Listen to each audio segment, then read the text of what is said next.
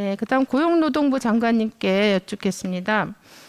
그 2020년에 산재 사망자에 대해서는 너무 많이 들으셨을 것 같아요. 2062명이더라고요. 올해 6월 말 기준의 산재 사고 질병 사망자 수는 이미 1,000명을 넘어섰더라고요. 1,137명입니다.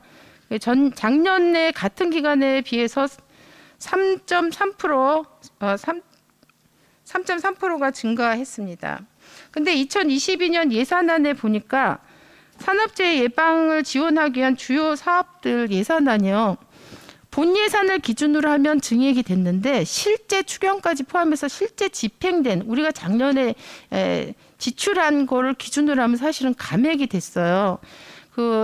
지금 내년 1월부터 중대재해처벌법이 적용되잖아요. 그죠? 네. 네, 그러면 이제 산업재해를 예방하는 것이 훨씬 더 이제 강력하게 우리가 대처를 해나가야 되는 상황인데 과연 이렇게 예산을 감액하는 게 맞는지 일단 답변이 필요할 것 같고요. 그 다음에 이제 특히 3년 유예 대상이 50인 작업장은 3년 유예인데 지금 이제 고용노동부에서 클린 사업장 조성 지원 사업도 하고 있고 그다음에 업종별 재해 예방 사업도 하고 있더라고요.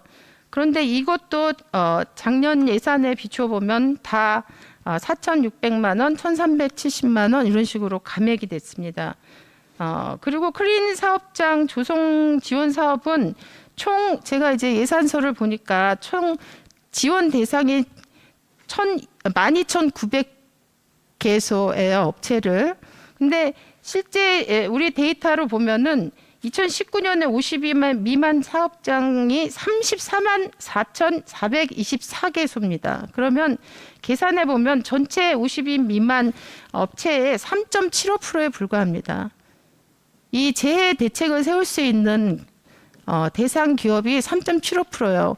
3년 유예된다고 하는데 1년에 3.75% 정도 지원해서 언제 그거를 제대로 안전 시설을 갖출 수 있는지 저는 이 속도로 가면 안 된다고 생각합니다. 그 점에서 재해 지원 예산을 좀 과감하게 증액해야 된다고 생각하는데 어떻게 생각하세요? 네, 의원님께서 지적을 해주셨듯이 산업재해 예방을 위해서 예산을 확대해야 된다는 그 부분에 대해서는 적극적으로 공감을 하고요.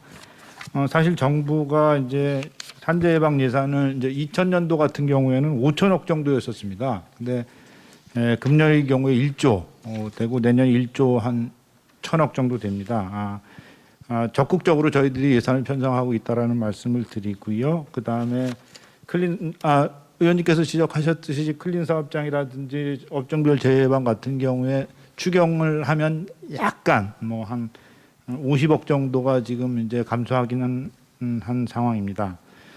저희들 이제 50인 이상 사업장 같은 경우에는 융자를 저희들이 한 개 기업당 한 10억 정도 상한으로 해서 해주고 있기 때문에 그 융자 예산도 내년도에 한 3,500억 정도 편성을 했기 때문에 50인 이상 사업장은 그걸 활용을 한다든지 아니면 자체 예산을 활용하면 될 거라는 생각이 들고요.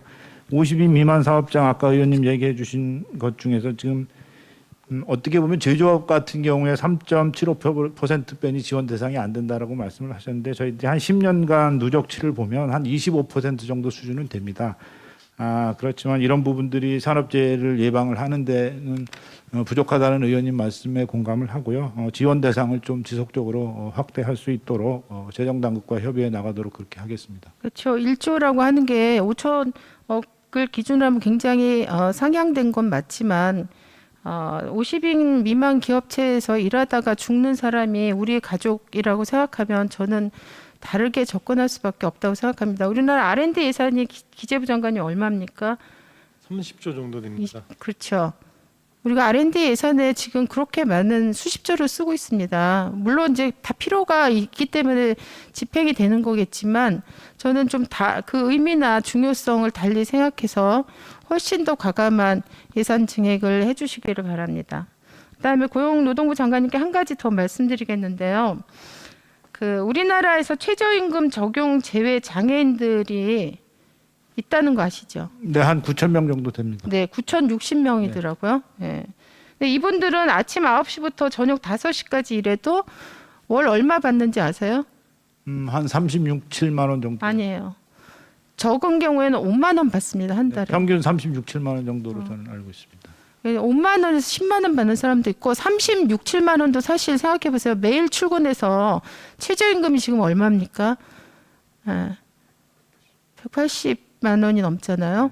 근데 장애인들도 우리하고 똑같이 일상을 살아가는 사람들이기 때문에 자기 생활에 필요한 거는 다 자기네들이 구입해야 되고 심지어는 비장애인보다 더 많은 지출 요소가 생길 수밖에 없어요. 그런데 이분들이 약간 어떤 노동 능력이나 이런 점에서 좀 결함이 있다, 부족한 부분이 있다고 해서 이분들을 최저 임금에서 딱 제외하는 순간 월 5만 원짜리 노동자가 생겨나는 거예요. 그래서 이 문제는 저는 근본적으로 이렇게 방치하면 안 된다고 생각합니다. 그래서 물론 이제 이분들을 받는 기업체의 입장에서 또 어려움이 있기 때문에 저는 그걸 해결하기 위한 해법으로 이런 최저임금 제외 노동자라고 하는 개념을 도입한 거라고 생각이 들긴 하는데 그걸 적극적으로 해결할 방안이 없는 건 아니라고 생각합니다. 첫 번째는 일단 공기업에서 적극적으로 이분들을 받아야 된다고 생각합니다. 공기업에서.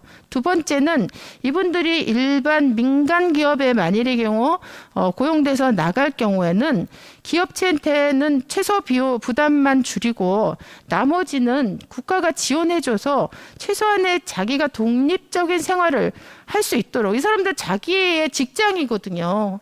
그리고 정말 사회 어떤 복지기관이나 시설에 갇혀 있지 않고 자기가 매일매일 나가서 어쨌든 출근해서 일을 한다는 것 자체가 어떤 삶의 자부심이고 그런 어떤 삶이 필요하기 때문에 이분들이 그렇게 저임금을 받고도 매일매일 출근하는 사람들인데 이분들이 독립적인 자기 생활이 될 수 있도록 지원을 저는 추가분을 해줘야 된다고 생각합니다. 지금 이 예산 지원하는 게 있더라고요. 근데 네, 있습니다. 네, 있는데 보니까 800명이에요. 지원 대상이. 네. 아까 9,000명이라고 하셨잖아요. 네. 그러면 어떻게 됩니까? 10%도 못 받는 거잖아요. 네, 지원을. 의원님께서 지금 지적을 해주셨듯이 보다 많은 장애인들이 직업재활 그리고 훈련을 통해서 최저임금 이상의 그 일자리로 가게 하기 위한 제도 이건 그런 당연히 필요하고 그런 말씀 공감을 하는데요. 지금 이제 저희들이 의원님께서 말씀해주신 800명 요거는 최저임금 적용제의 근로장애인 전환지원 사업인데요. 사실 요게 작년도에 생긴 사업입니다. 작년도에 생긴 사업이고 그다음에 작년도 올해 집행 추이 정도를 저희들이 봐가지고 내년 예산 37억 원 정도를 편성을 했습니다. 어쨌든 이 사업이 더욱 활성화돼야지만 된다라는 당연한 생각이고요. 저희들 적극 노력하겠다는 말씀 그리고 내년도 예산에 저는 네. 증액돼야 된다고 생각합니다. 이게 사실 아까 뭐 노동자 얘기를 했지만 우리도 장애인이 될 수 있는 거잖아요. 그래서 사실은 선천적 장애인보다 요즘에는 후천적 장애인들이 훨씬 많이 있는 사고나 질병에 의해서 누구든 언제나 장애인이 될 수 있고 그게 우리 가족이 될 수 있는 겁니다. 그래서 이거를 좀 절박한 문제로 생각하시고 최저임금 이상까지는 어렵더라도 최소한 최저임금까지는 맞춰줄 수 있도록 이 800명의 지원 대상을 좀 확대.